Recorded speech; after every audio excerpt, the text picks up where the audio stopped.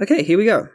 In 3, 2, 1. Ladies and gentlemen, you are now listening to RPG Maker Cola.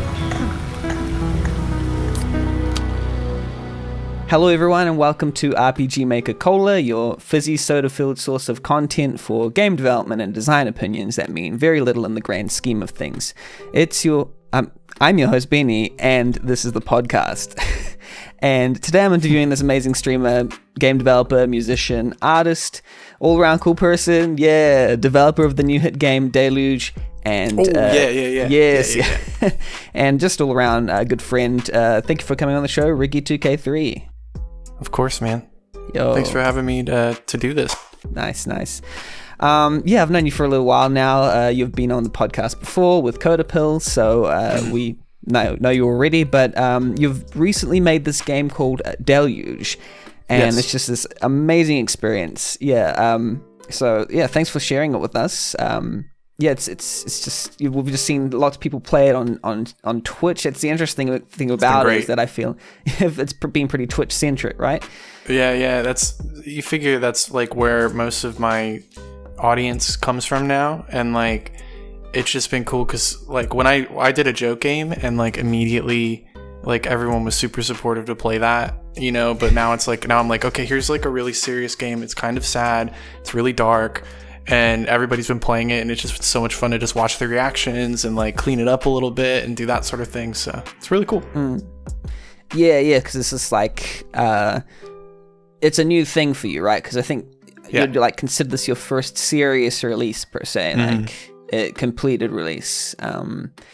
It's just an awesome experience. It's also, I think it's quite a unique game because it's not necessarily quite conventional in its structure. You'd kind of like explore a town, the town of Figaro, as a skeleton, which probably is a good selling point for a lot of people. Not many games you play as a skeleton, and your pitch is a skeleton life simulator. Expand on that. It's the best way to do it without spoiling too much. It's like, okay, well, you've seen the screenshots, you know that you play as a skeleton. That's good enough. That's it. I suppose you don't want to spoil too much because you've I suppose the version that I played earlier on, I played it on stream, was like a demo version that didn't necessarily have a whole bunch of story on it. There were literally points where I entered a room and it said story goes here or conversation to be added. So it's nice that when I finally played the actual final version of DELUGE, it had like a nice coherent story that was really well told, but also sort of vague. There's a little bit of vagueness and stuff left open to interpretation. How did you approach that?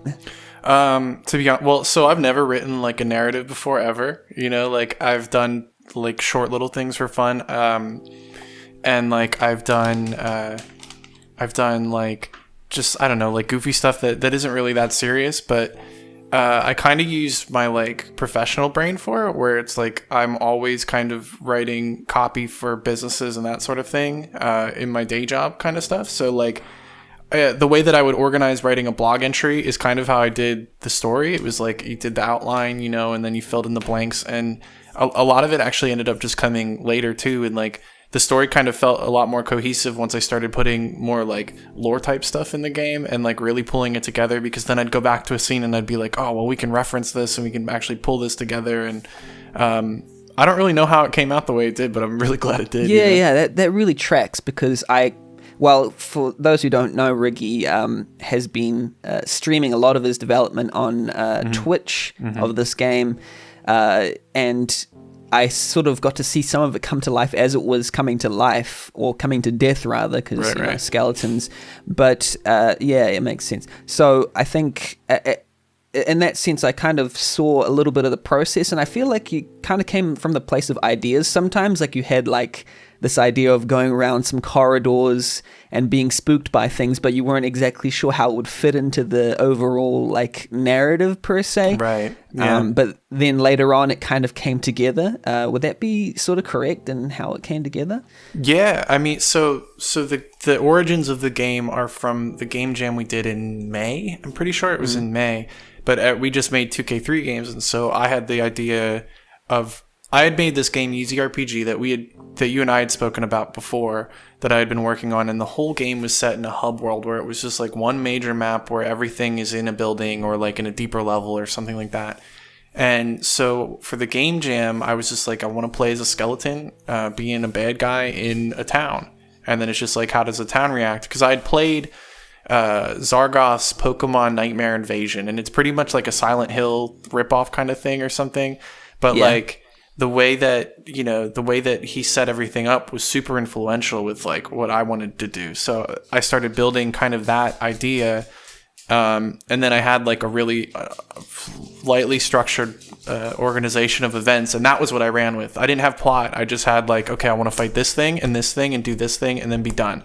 Yeah. And I didn't finish the game jam game, but I mean, you could start to finish it, and like from there it was just kind of like I've been just adding things in, like details in over the past couple months and just kind of like fleshing it all out. Yeah. There's this quote by David Lynch I quite like, where it's like there's a puzzle that you need to put together over the course of time, and it's like someone's feeding you pieces of the puzzle underneath the door, so to speak. So you get like this thing like, I want this, I want roaming around a corridor, I want to feel like I'm getting scared around every corner, I want to this kind of hub structure where you got a city and you got like different places you can explore, and then later might come the little more details as it starts feeding in. I feel like that kind of resonated with the way that you kind of approached it. Absolutely.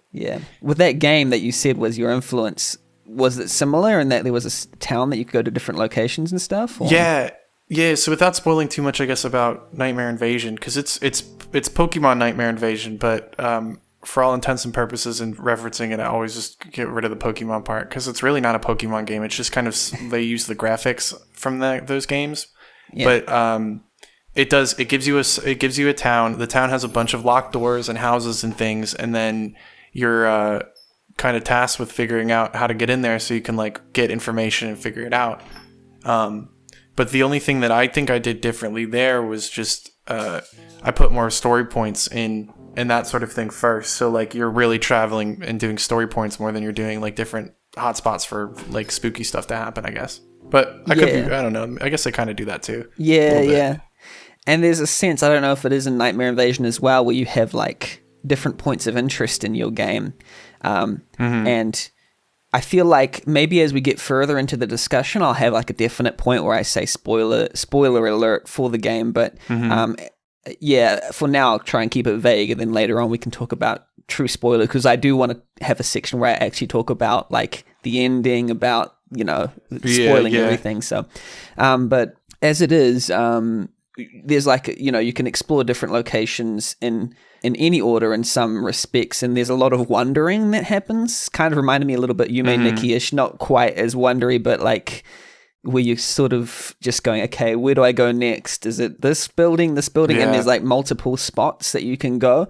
Did you feel like you were thinking about that as you were developing the game, like the non-linearity of it? Yeah, actually, so maybe not the level of like Yume Nikki, but I definitely like the idea of like, hey, I can't do this, so I'm going to go look over here at this, and like trying to make that happen. That was something I never did it before either. And so I really, it's like, this game is so many different ideas in that regard that I just like lightly touched. It's like, okay, so you have non-linearity, but it doesn't like break, like there's still a pretty story driven, narrative throughout it. But it's like how you address the certain points when you start out, stay open so that it just kind of feels like, I wanted in the beginning rather for you to feel like you really have no idea where to go. So then you're just kind of forced with the environment and dealing with it. And then that was where the atmosphere kind of interest came in, because I'm like, I don't want you to be here and be like, this is the worst song ever, or this is the most like uncomfortable sound effects and stuff like that. So like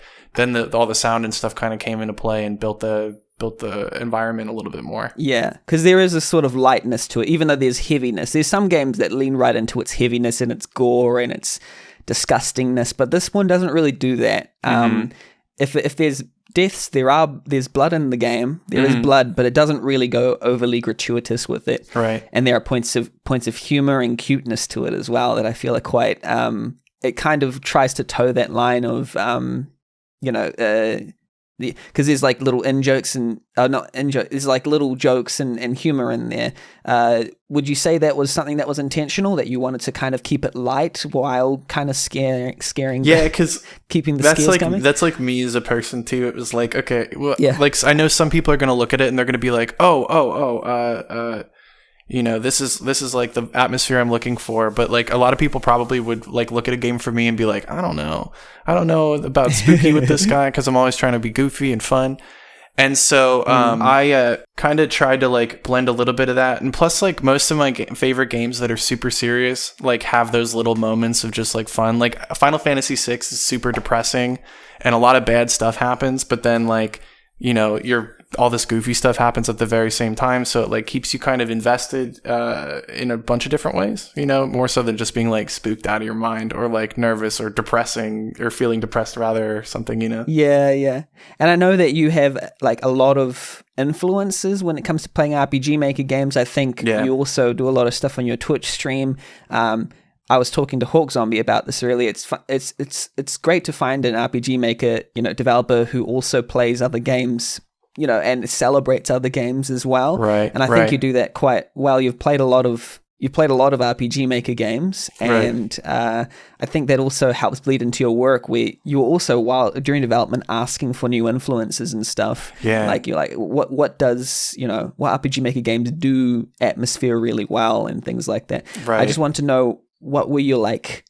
You had a list. What were your like main influences for this game when it came to RPG Maker and non-RPG Maker games? So non-RPG Maker games, it's just like I love the simplicity of, Final Fantasy VI, I guess, is complex, but really it's just like when you like look at like an RPG Maker game, they like most games just want to copy that like battle system. Like I don't even know how to describe it. Just like that vibe that Final Fantasy VI kind of puts out there. And so that with that battle system in mind, I was like, okay, well, like what else can you bounce around it? And so that's like with the spooky games, I haven't played much of Silent Hill at all, but I just love that it felt really like open and dark and like mysterious and everything in the beginning when I played it. And so that was like kind of a good starting point for me. But RPG Maker games like Beautiful Escape Dungeoneer by Colunio is like really, really good at atmosphere. Like a Nightmare Invasion, like I said, was really good. I just recently played a game called Enroll, which is like a Japanese one, RPG Maker 2003 game that was translated. Look, I got a toy now.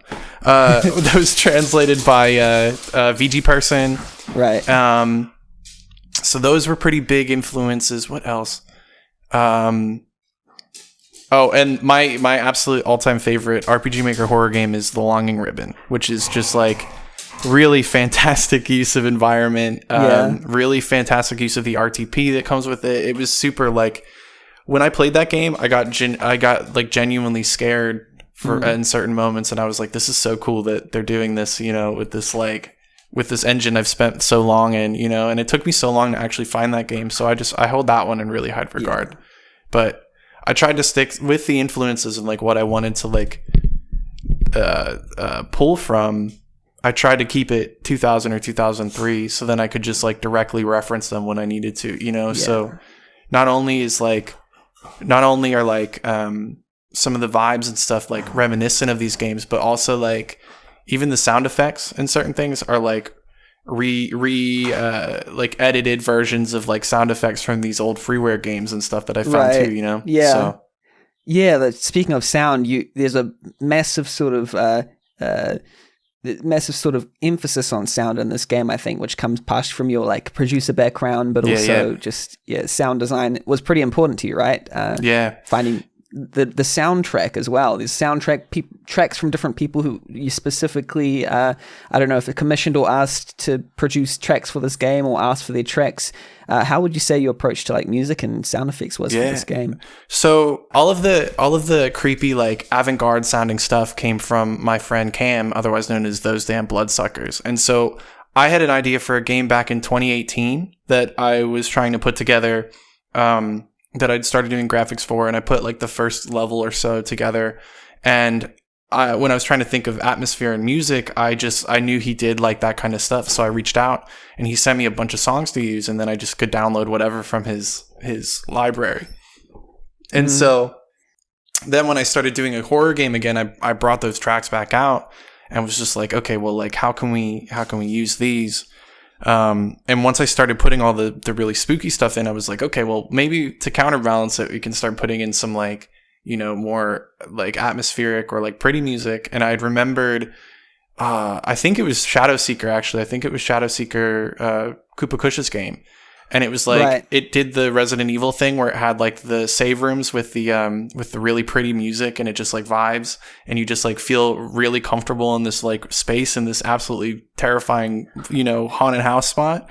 Yeah. And like, I was like, that's perfect. I want to do something like that. So then I put tracks together like that. And the album, the soundtrack for the game just kind of came together super, super easy.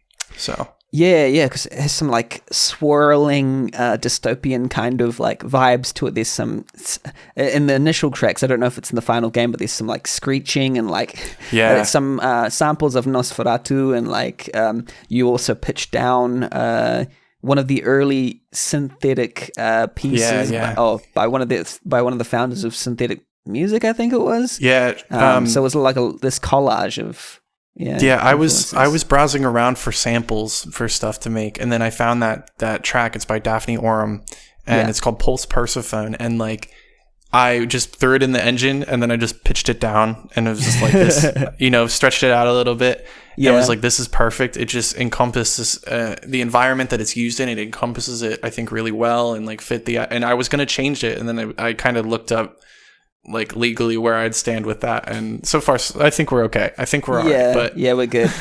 Unless you get like a DMCA from Daphne Oram and their associates, but hey, I don't know if they'd bother with it. But I think she did pass away a long time ago. Rest in peace. So she was very cool at what she did, but I don't think that she's really chasing after me for this. Yeah.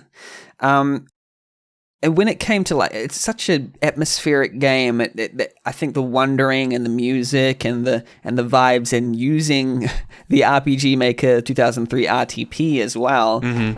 There's to my knowledge, there's very little that is added to it. Like it's mostly just the straight RTP, right? There's some, you know, custom graphics that are used, but it's distinctly in that style, which I think is quite nice. I feel there was a point in time, maybe after the demo release, where, am I correct in saying that you had a little bit of maybe a creative standstill when it came to the game? You're wondering, it was having a bit of difficulty with it. Would I be right in saying that? Yeah, it's funny because if you like, even when I look back actually on the files and the stuff that I've made, there was just like months where I'd stop, because I would just kind of like lose it, or I'd be stuck on something that I've never done before. Like writing the narrative, like I said before, was like super crazy to me. I've never really put something like that together, so I had no idea how to go about it. So like just looking at like the world that I built and the characters that I started placing, and you know the little locations of bookshelves that I'm like, oh, this is a good spot to like hide some kind of information. I'm like, I don't even know what to put there. Yeah. And so that took me a really long time. And then as it got closer, like the release date I set for myself got closer, I was like, okay, well, let's just run with the ideas we have, and then just keep tightening them up every time we go through the game. It's like if an idea doesn't hit like you want it to hit, then just like move on to something else. And eventually I got something kind of nice out of it. But that block was hard, man. I have so much respect for people that are writers, you know, because I overthink everything so quickly. So how did you get through that creative block? Well, I guess I played some things that were pretty influential too, but like, to be honest with you, I just kind of, I came and went, really. It was like, as soon as I felt like something, I ran with it. And then really it's like you do something really, like I would make one significant change to the game after not touching it for like a month, and then would just be like on a high from that, and would be like, okay, well, I'm going to just go in and then add 3 more things and then do this and this. And then those like last 2 or 3 weeks were just grinding. It was just like, okay, we have a deadline. Let's just reach this deadline. That's all that matters. Get the game done and then fix the massive bugs if you find them, whatever. I think, it's like you said, I think it's important perhaps for some personalities. I think I'm similar where you just have to you have to ride that creative energy when you get it. And it's like, for me, it comes in waves. So sometimes you have to crunch through it, but it's sometimes very difficult to do that. But when you get that creative, you sometimes have to just like embrace that there's nothing happening right now, and then when it actually comes to you, you can ride that wave again, I guess, is what I got from that. And also there was something I wanted to say about that as well.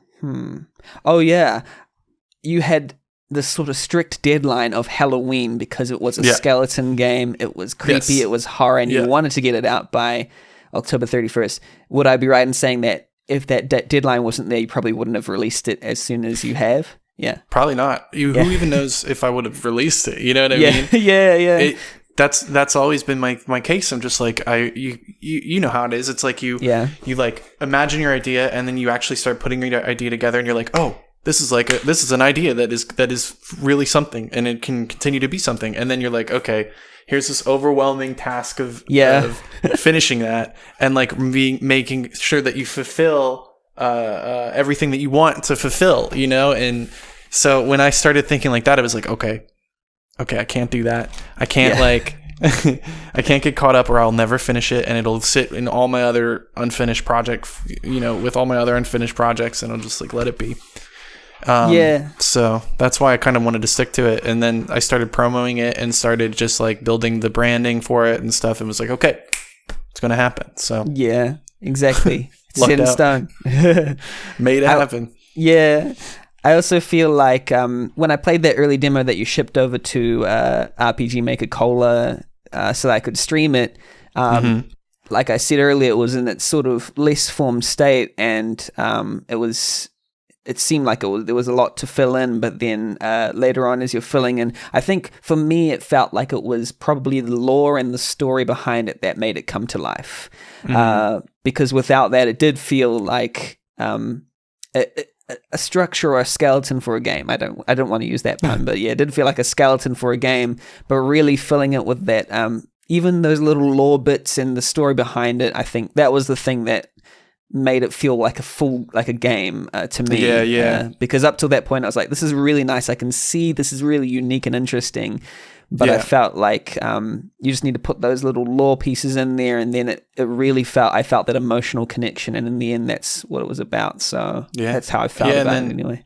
Having that final round of testing and then seeing people have responses to certain scenes was like that's when it's like, okay, it's here. And then I just fine-tuned a little bit more and was happy with it, So it's so crazy to finally have something like that put together. And then like I keep waking up now and I'm just like, okay, well, I should do some more. I should make some more changes, or I should fix things. And like I guess I can, and I probably will, but like realistically, I guess I don't really have to either, And that's probably the most that's like the feeling I'm most insecure about, because I'm just like, is it done or is it more? And like I'm starting to demo it with people, and I'm getting some like really broad reactions now, and I'm like, oh, should I keep working on it? Should I keep making more? So that's the funny thing is I talk with a lot of developers, and one of the things that is discussed quite often is the idea of the post-release blues. Or the sort of thing like, it's done, now what?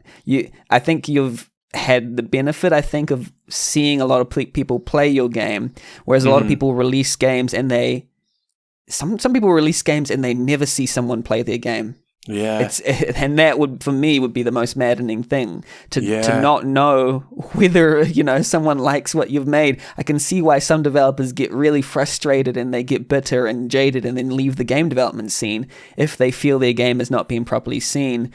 I think you had the privilege of seeing, like, because you coordinated the Twitch-centric nature of it, to have a lot of people play your game live and see that. Right. How's that been for you, just following those streams?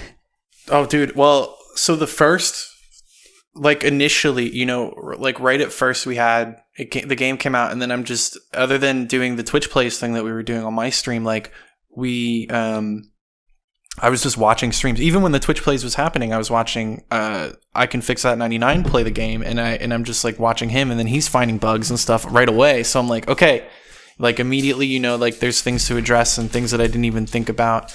And so I've been watching these, like, it's fun that all my friends are doing the playthroughs, but like I've been watching them like a hawk, because it's like whenever something goes wrong, I just jump back in and I fix it. And thankfully I haven't done too many fixes, but like, you know, it's kind of it's really nerve wracking. And I got excited because the first couple people played it, but then there's like other options and other ways to play and things that, like event movement and activity that I didn't even think about, you know? So. Yeah, that's always the case with player testing, is that players play it in a way you never would have anticipated, and they do things that you never would have thought, and they get stuck on things that you never thought they would get stuck on.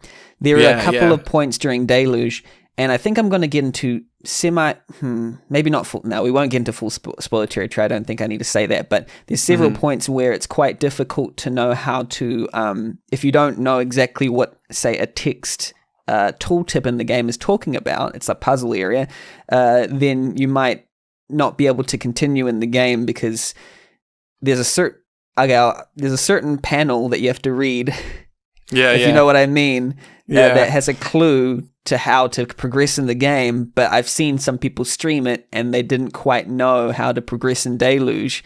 So that was, how do you feel about that there were some points where you thought, oh, this will be obvious in the game, but then when you see it, it was like, oh, that's not as obvious as I thought.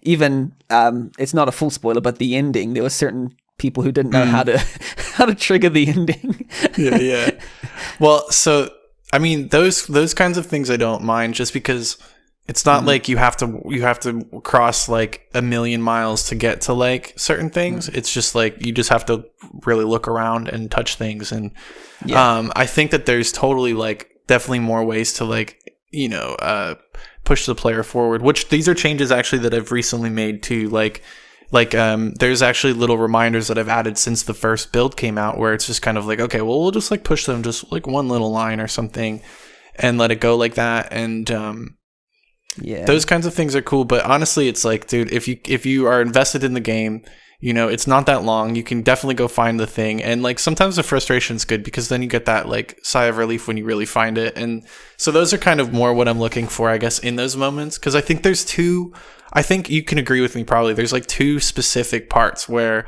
you can be very clueless if you're just kind of wandering, or you're like, or like for these guys, you know, they're Twitch streaming, so they're paying attention to their chat and everything else too. So they're not really like thinking critically like that. At least that's my thought. But I agree.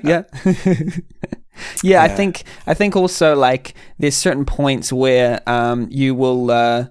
There's certain points you have to say there's a certain point where the annoyance can bring a intended bigger sense of euphoria once you finish it. There's like a sense of a puzzle. There's supposed to be a little bit of an annoyance there with the puzzle, but like perhaps not too much of a setback if you fail. And one of the things I suppose you had to think about in the game is save points. How often should you save? I think there's been some instances where people haven't saved and then they go back quite a while. So you had to sometimes even, at one point you have to explicitly say, you sort of like, hey, maybe I should save here, because there's a difficult, but you didn't want, to my knowledge, you didn't want to be too like specific about telling people to save all the time, because you don't want to break that fourth wall and you don't want to tell people what to do, I guess. Would you say that was true? Yeah, but I mean, you know, like we ended up just doing that. Then later on, it's like there's some slight fourth wall breaking stuff that just happens just because you want to, like, you know, not throw somebody off, especially because, like you said, it's like some people make a lot of progress and they don't even think about it. Yeah. But I tried to be a little bit more gratuitous with those, and like you actually gave me a bunch of ideas for those as well, which I think reminds players a little bit more. So worked out. Yeah, I think when I play games, sometimes on stream, I get into this mode where I start giving tips like 24/7, and I think during that stream with Ricky and Coda, I started to get into that mode where I was giving so many like tips, and at the end of it I felt, oh, maybe I'd done too much, but by the end of it I feel like this game has done well, and I think it's good to have feedback, but I suppose you had to like parse between the stuff you wanted to keep and the stuff you're like, well, that's just someone's experience, right? Right. You got some feedback also from Harmless Games about the story. Yeah. Harmy helped me write the story out actually in this really cool way that I'd never considered, where it was like you have like, you have your rising. It's kind of like, it's like a, what are they? I don't know the archetypes of like writing theory or anything, but like I know it's like you have your, what is it, your exposition, and then your climax, and then your, and like, so I kind of put things together more like that. And like the best way that Harmy described it when they told me was like it's like you can have this like this arch in a plot point, but then that like your plot points can have that same arch, and it just goes deeper or more micro or macro with it. And so when I started to look at it that way, I was just like, okay, well, this is really helping me shape the narrative where it's going to feel cohesive to somebody that, or I guess, that kind of presentation. And I'd never thought of it that way because, like I said, I never wrote a narrative or never put a story together this way. So it like really made a huge difference, and it really helped me like flesh out each part of the game, because there are 5 parts, I guess, in the game, but like there's probably, I would say, like 3 really major parts, and it's like the intro, and then the like doing the stuff that you're supposed to do in the game, and then finishing the game, after the climax, the resolution kind of stuff. Yeah, true. And I think one of the best parts of it, I think, is that it does that typical sort of aspect where you're this skeleton and you're roaming around this town, and you've been tasked to eliminate the inhabitants of this town. But then at the same time, by learning about the lore, by reading things, you're uncovering an undercover story about different characters that existed in a previous time, parallel to the story that you're experiencing, and at some point they kind of converge. That's minor spoilers, but I think that's kind of a usual thing in games. I won't go beyond that, but it's sort of like telling the story of this town. So I felt like that was a really effective way of telling the story, is that you actually got to connect the past and the present like that. Yeah, it's like exploring the past. That was a really nice touch, I think. Thank you. Yeah, that was also really fun to write, because I didn't have to map it or script it, Yeah. It was just books. Just read this. So yeah, it's a fantastic way to deliver lore, I think, in RPG Maker games. It's just a classic sort of, it's always worked, like, and even just any game in general with audio diaries and so on. Yeah. We'll kind of interrupt here for the community Q&A, and then I'll finish off, I think, with some stuff about Twitch, because I'm interested in, there was this, I'll tease the audio listeners for later. It's the stuff about the Twitch Plays DELUGE, which is really unique and cool, and I love it. And there's some really fantastic figures behind that, and the scripting and the and so on. But we'll go on to that a little bit later after the Q&A. First question by Zexu or Dragonheart Man. I'm so glad Legend. This is finally happening. Yeah, Legend, the creator of Starless Umbra, was it? Yeah. Heroes of Umbra too. That was Heroes of Umbra, fantastic. Yeah. Zexu says, I'm so glad this is finally happening. What's been keeping you motivated to make it to the finish line, if this is the finish line? Well, it is. Or maybe. What's next for you? And separately, in what areas of game development do you wish to improve? Okay, so... Whoa, that's a lot. Okay, so what kept me motivated was probably being vocal about it. That's been working for me with a lot of things. And that's one of the reasons why I really love Twitch, is that I am constantly telling all my pals how things are going. So it's like really nice to like be accountable for things, and like even like little things in my life. Like when you start getting that like communal support or that like friendship building with these people online and whatever, and like you have constant access to your homies at all times. Like things that you're trying to do are constantly the things that they're asking about. So you're constantly talking about it. So you're constantly thinking about it. And then I had that going for a really long time. And like I always foundationally was an RPG Maker developer on streaming. So like that was kind of always where I wanted to be. And so like the whole goal was to like just complete a project. I was like, it doesn't have to be great. It doesn't have to be anything. And then we did the game jam, where it was like, okay, I'm just going to force myself to put something out.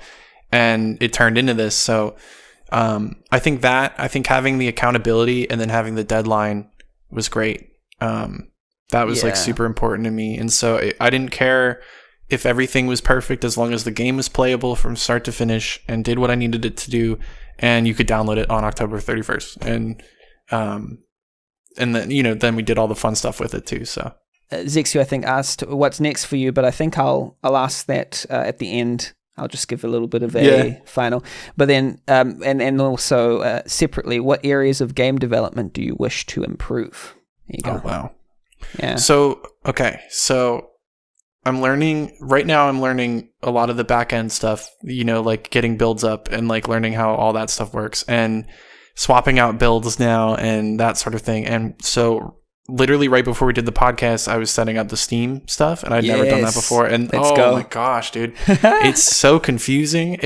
We got it. It works now. I just showed a video on my Discord channel that, I can personally open up my test build there. So it works. Excellent. It's just a matter of Steam approving it and then probably a fresh build up when they allow it. And so the tentative date for that for Steam is November 22nd. Right. Because it needs like 2 weeks or something to get through. But that's like something I'm learning now. And then the next thing I want to learn is probably a more complicated game engine. This is really cool because this has been like something that I've always wanted to do, is make a game in RPG Maker 2003 that like was put out and released and stuff. And so now I have this really good, like I still want to use it for fun and whatever, but now I have this desire to like start something new because I feel like I've completed a goal that I've always had. So I want to learn something new and probably just make Deluge in 3D. Just do it in 3D. Just do it all over again. Nice. Yeah, it's a good idea. And we're talking about like Steam and stuff, and there was a lot of people who help you, but there was a few particular or even a couple scripters, coders who helped you do some of the really fun technical stuff of Deluge. Yes. For example, building an installer for your game, and Twitch plays Deluge. I think it's Mandayan and also Gimmer. Just those two come to mind. I have 3. Well, now I have 4 because Keaton from Vagabond Dog just helped me with the Steam stuff. So he helped me figure that all out. But so shouts out to him. But yeah, shouts out to Mandajan, one of my best homies. Literally, like I told him that. So where do I even start? So I told him, I was like, dude, I love Twitch plays. I want to figure out how to do that. And he's like, okay, cool. So like I'd seen, you'd watch Twitch plays Pokemon where it's like a whole chat room of thousands of people are trying to argue or trying to fight to like make the right button presses to play Pokemon. And I was like, you could do that with an RPG Maker game because it's just arrow keys and 2 buttons. It would work super well. And so I started looking up tools, and the tools were really tough. Like, it's like, for me, not having any, like, I don't understand how GitHub works. I don't understand like what I'm doing with any of this stuff quite yet, So I'm just looking at this and I'm like, there's no way I can do this. So I'm reaching out to Jan, who is a programmer by trade. He teaches programming, and he was just like, let me look into it. And he had participated in the game jam before, the RPG Maker 2003 game jam. So he had an understanding of like the engine and like how it worked. And because of the game jam, he started working with Cherry, who was responsible for like the English version of 2K3 and a bunch of like the patch stuff that's been going on behind the scenes. And those guys started working together. So when it all happened, or when it was all like when I was preparing to release the game and I brought this up to Jan, he started just looking into it. And the week before, like we were supposed to launch, he like built Twitch plays, like, which works specifically at that point. It works specifically for Deluge, where he could open the program up, he could open the game up, and then we were just hanging out in a voice chat, like playing with his Twitch chat and just pretending to play. We're not pretending, but playing the game. And so we had that all built, and that was working. And the only issue we had was that people, if somebody was playing, you could press X. Or in the Twitch chat, you could type, and if this had to be in succession, X, down, down, down, Z, Z, down Z, right? And that would turn the game off. That would end the game because it would go in the menu and it would go to the end game and it would say yes to the end game and then it would quit the game. So we were like, how do you deal with that? So I had originally reached out to Cherry about it, no. You know what? Actually, this might have been after. So I have this patch installed in my RPG Maker 2003 that's a legal patch called the Maniacs patch that this dude, Bing Shan 1024, created. And it basically just adds a bunch of extra functionality to RPG Maker 2003. And so I reached out to him and was just like, hey, do you think you can, like, do you know how to do this? Like, can we take the end game out? Can we just not use it? Because when he had did the patch, he also kind of rewrote a lot of the RPG Maker 2003 script. So he moved a bunch of stuff around, and he ended up coming through and providing that patch for us. So that meant that not only could we do the Twitch plays, but nobody could ruin it for us. You know what I mean? So nobody could try and just like end the game and then I'd just have to keep reopening it. So we're going to try and run it again, I think, really soon and try and do a really like a full run and see if we can actually get through it. But it was such a cool thing. And I don't think I've ever seen that with RPG Maker 2000 or 2003 or really a lot of RPG Maker games. But now, thanks to Jan, we have this tool that like anybody can use, you know, and we're and he has plans to release it, and right off the bat the functionality can play just about any of those classic RPG Maker games, but also it has potential to work for anything. And I think what'll be nice is to have a Twitch plays tool that anybody can use, you know. Yeah, I think that's awesome because I think Mandian, it says it works for all games that are playable with just keyboard inputs. I think and if Mandian, if we could somehow make that available to the RPG Maker community, I think that would be swell, because RPG Maker games in particular can deal with like input that is untimed or just, you know, like untimely in general. You can't, for example, play an FPS Twitch plays, you know, it'd be quite difficult to say aim left, aim right sort of thing. But with a grid-based system and sort of grid-based movement, it's much easier to have this Twitch plays thing going on. So I think for the RPG Maker community in general, they could embrace that. In fact, I think they could just embrace streaming better in general. Right, sure. They do well to do that, I think, to encourage streamers, to encourage streaming of RPG Maker games and all that, because they are quite streamable. They're story-based, you know, and, you know, they're quite engaging, but hey, you know, we'll see. Yeah. There's a lot of things that RPG Maker the developers of RPG Maker could engage with, but they choose not to. Yeah. Ideally what would be cool is like, would be the same situation that I got to put together, where it's like somebody could put their game out and maybe they don't have eyes, but maybe they have, you know, places to post about it and just be like, hey, why don't you just play the game right now? Like, why don't you just open it up and then everybody can start playing together? It's just like a cool, unique way, I think, to play. And like, I mean, we could put it up and we could play Legion Saga 2. You know what I mean? Like, we could play like an old RPG Maker game and like probably play through the whole thing. And just the potential to do that kind of stuff is like one stepping stone that like Jan is surprisingly just fell in love with RPG Maker 2003 and the community has been really receptive to him, and I think that like as we continue working on stuff and playing with things, I think like if we can provide more functionality for that engine, that would be so cool, and the quality of life, you know, would be improved greatly. So Excellent. We've got some questions from the community. For those who are listening via audio, we are also streaming this on Twitch. I'm trying to stream most of these podcast interviews on Twitch now, so I'm very thankful for that. I'd just like to say thank you, Kai, for the raid. Thank you, I think it was Alan P, for continuing the sub. Now we can sort of engage in chat now because we've sort of been in podcast mode, but thanks everyone for joining on a Twitch stream. I really appreciate it. There's Codapill who asks, at what point during Deluge's development did you realize, okay, I'm going to go all the way with this and actually finish? Can you pinpoint that moment?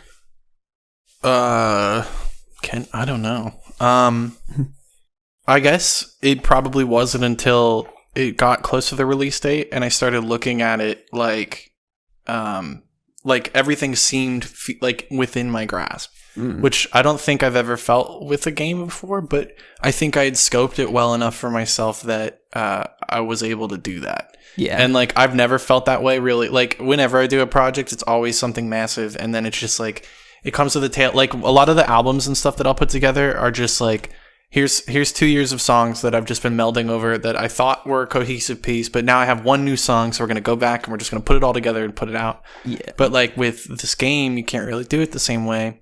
So I just kind of kept moving with it. But then once it got to October and I was like, oh, I can finish this. Like, I can do this. Yeah. If I focus and I have the time, and I had the time and I had the focus when I needed it. So like that was kind of when I knew when it was really coming out, and I didn't change the deadline or back down, because I think if I would have did that, it might not have come out. Yeah, so. True. And then there's also Giznads who asks, guys, take off your shirts and have an on-screen battle live. I'm not too sure. Okay.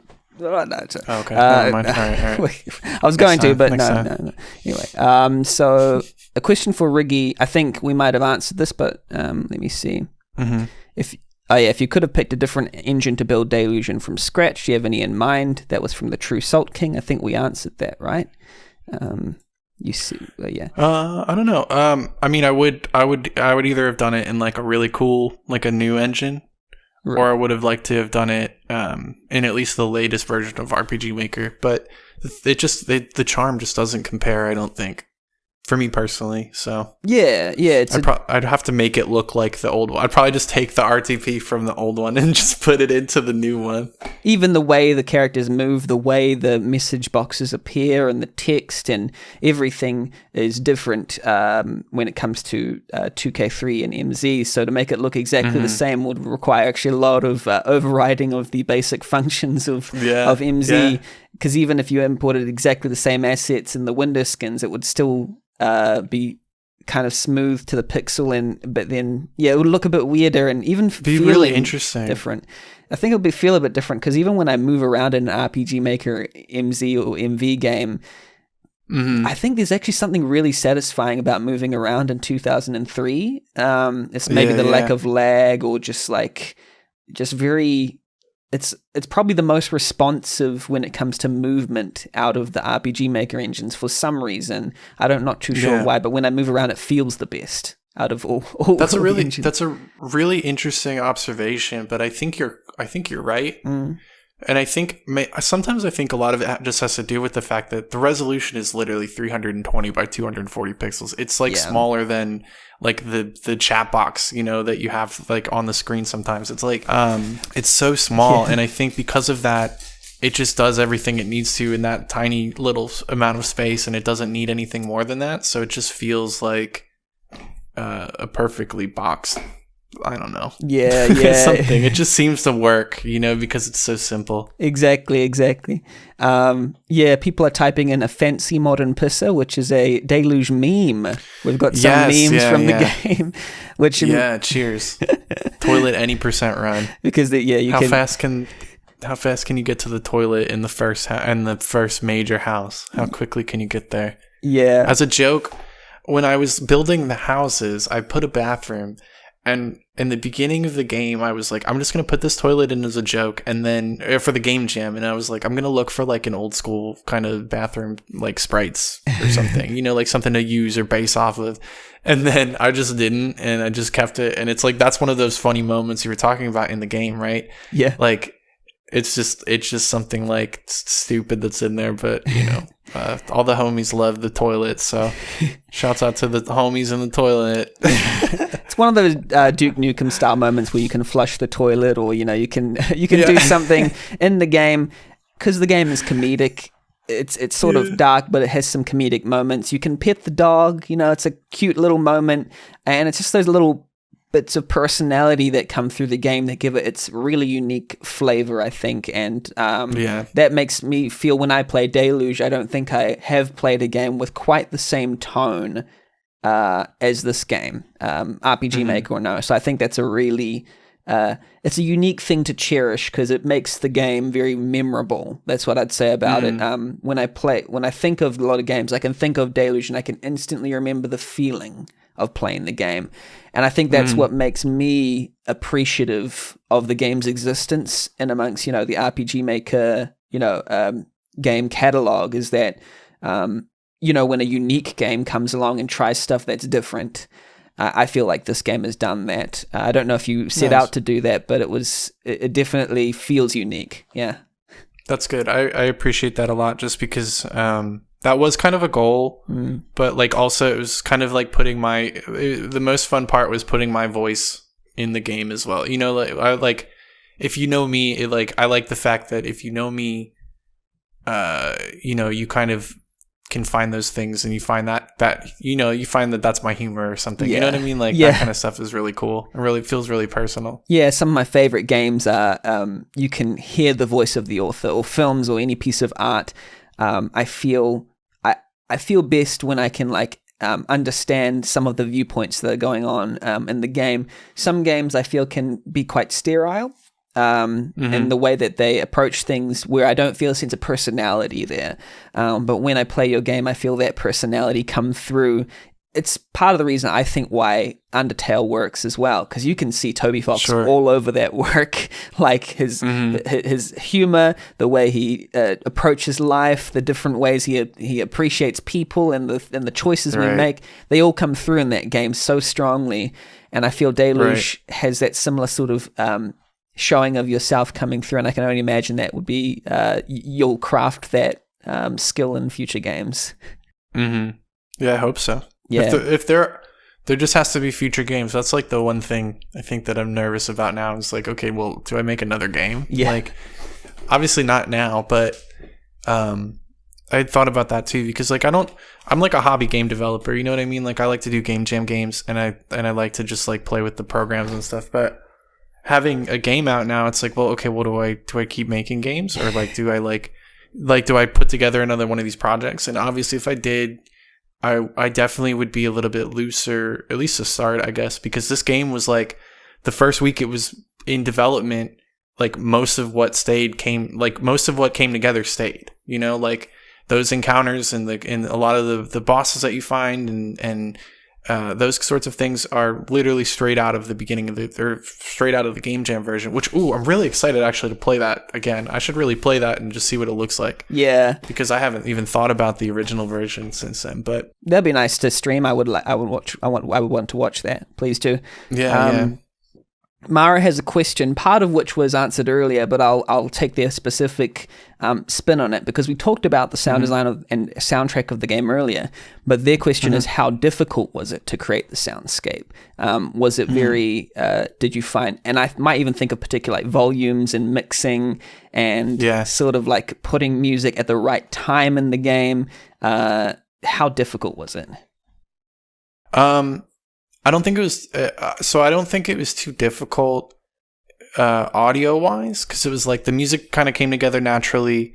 Little things like the tones, like when you would get an item, and you get a piano tone or you get something. Those kinds of things were just like, collaborating and working with things, and just like eventually, you hear it. The hard part was like the fact that you have rain outside, and then you have remnants of the rain outside when you're inside. You hear it through the walls or whatever, and then you also have like room noise, or you go outside and you have like all these sound effects and things that start happening like that I had to make sure turned off and on at the right time. Yeah. And a lot of my early builds, you would like sometimes you would leave a house and like there would still be like the weird sound from the inside the house just playing because I didn't turn that off.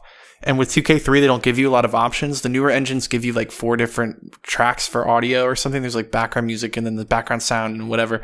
And with 2K3, it's like you have sound effects and you have background music. And so a lot of things, like there would be songs where I put the song over the rain sound so that it would like, when the scene would switch, the rain would hopefully, and a lot of times this wouldn't work too, the audio would hopefully keep going so it wouldn't sound like the rain just stops and then the rain would come back with the music or something. So that stuff was really hard.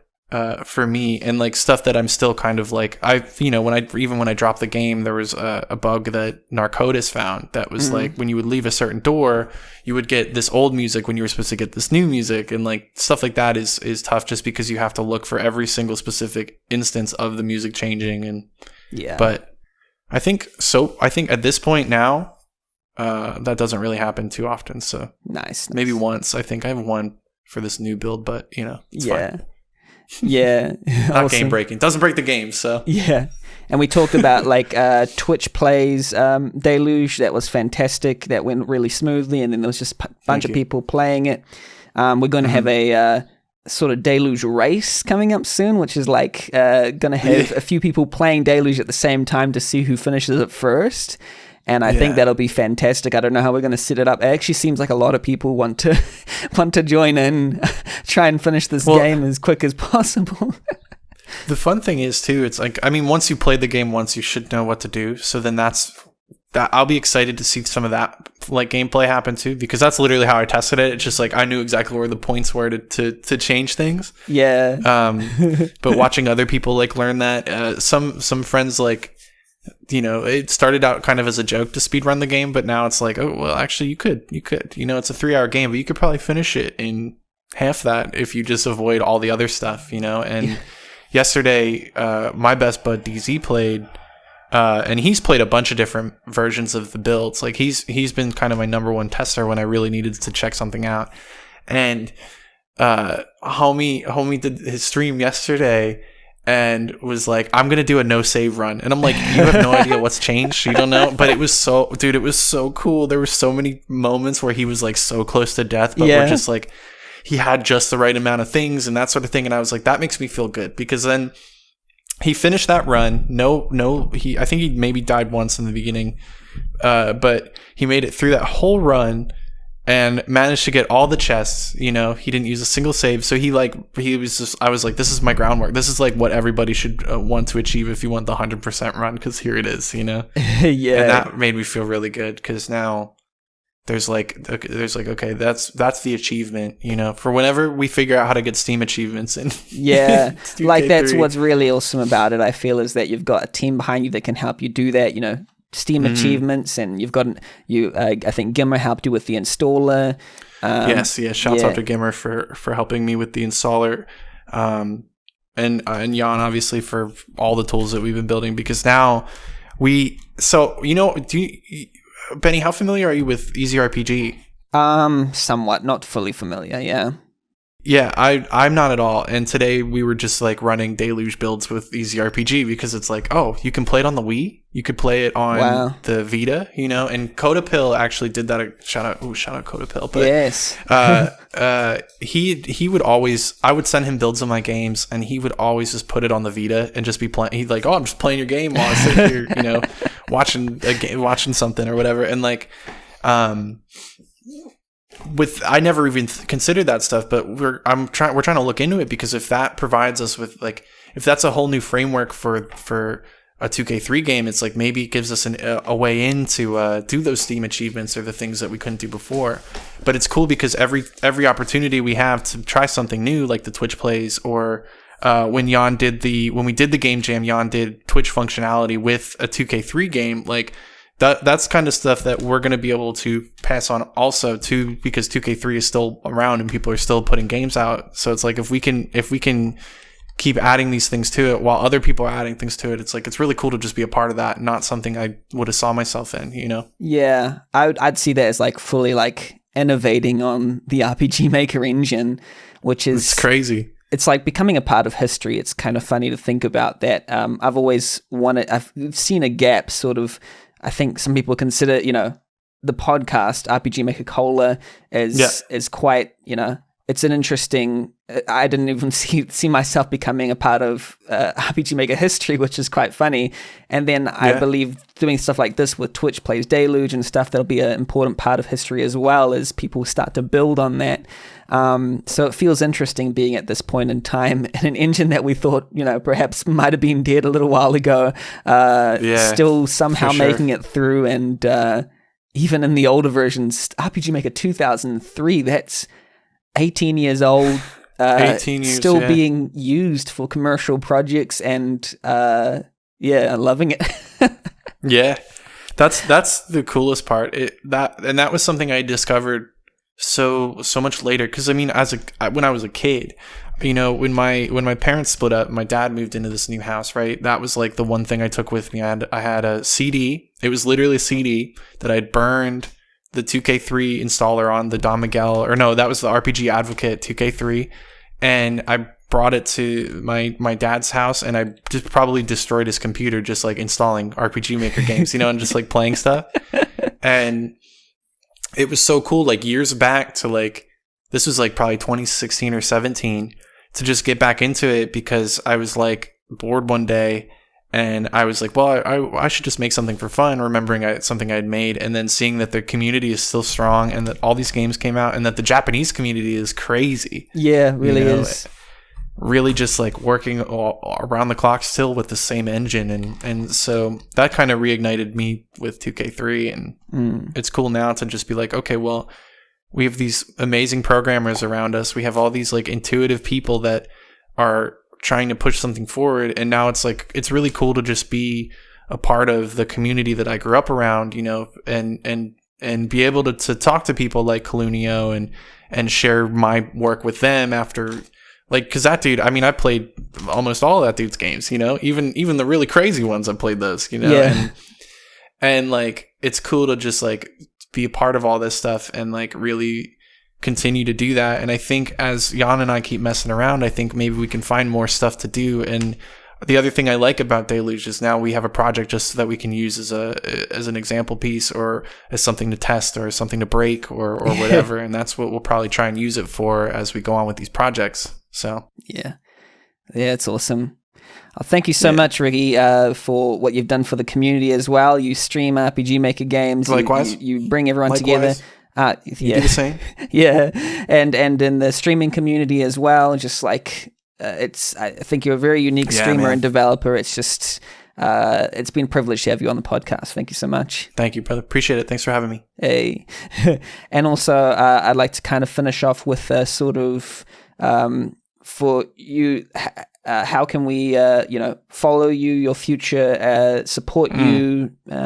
What are your links, I guess? Where can we go? DelugeGame.com, which works like half the time. Yeah. But that's okay. That's fine. Or you could just look up riggy2k3. I'm Googleable now, so you can just look me up, and there's stuff about Deluge and stuff about Twitch.